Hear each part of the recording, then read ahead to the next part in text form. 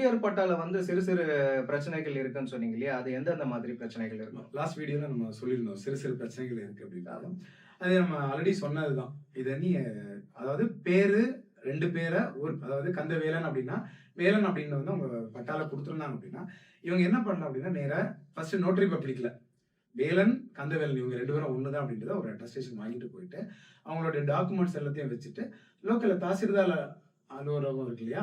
அங்கேயே போய் வந்து அந்த ப்ராப்ளத்தை வந்து சார்ட் அவுட் பண்ணலாம். அதே மாதிரி அவங்க பேர், அதாவது அவங்களுக்கு 2 பேர் இருக்கு. ஆனா ஒரே நபர் தான். நம்ம லாஸ்ட் வீடியோல சொன்ன மாதிரி, இப்ப நாகராஜனும் கூப்பிடுற பேரு குமார் அப்படின்ற பேரும் ஒண்ணுதான் அப்படின்னா, அதுக்குமே வந்து நோட்டரி பப்ளிக்ல ஒரு அட்டஸ்டேஷன், இவங்க 2 பேரும் ஒரே ஆள் தான் அப்படின்னு சொல்லிட்டு ஒரு அட்டஸ்டேஷன் வாங்கினாங்கன்னா, அது ஒரு ப்ரூஃபா எடுத்துக்கலாம். அவ்வளவுதான். எடுத்து லோக்கல்ல வந்து தாசில்தார் ஆபீஸ்லயே வந்து அவங்க கொடுத்து அந்த ப்ராப்ளத்தை சால்வ் அவுட் பண்ணிக்கலாம்.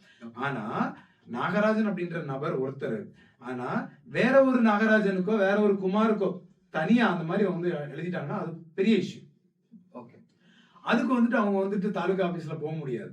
மேபி இது சிறிய தவறுகளா இருந்தா கூட சிலதை வந்து என்ன பண்ணுவாங்க, நீங்க இல்ல இது எங்க போகாதீங்க, நீங்க வந்துட்டு கோட்டாட்சியர் அலுவலகத்துக்கே போங்கன்னு சொல்லிடுவாங்க. அப்படி சொல்லிட்டாங்கன்னா நீங்க வந்து அங்க கொண்டு கொடுக்க வேண்டிய அவசியம் கிடையாது.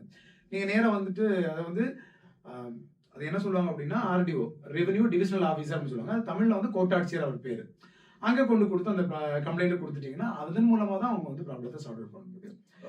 இதுவுமே நீங்க மேஜர் இஷ்யூஸ் இருக்குன்னு வச்சுக்கோங்களேன். சர்வே இஷ்யூ இருக்கு, லேண்டோடைய டிஸ்பியூட், அளவு குளறுபடிகள் இருக்கு, இல்லைன்னா லேண்டோட வகைப்பாடுகளே மிஸ்டேக்ஸ் இருக்குன்னா நீங்க வந்து என்ன பண்ணணும் அப்படின்னா, தாலுகா ஆபீஸ்க்கு போய் பிரயோஜனப்படாது.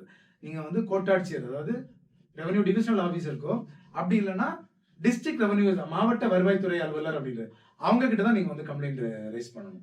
ஓகே, அவங்க தான் வந்து அதை வந்து இஷ்யூஸ் சார்ட் அவுட் பண்ணுவாங்க.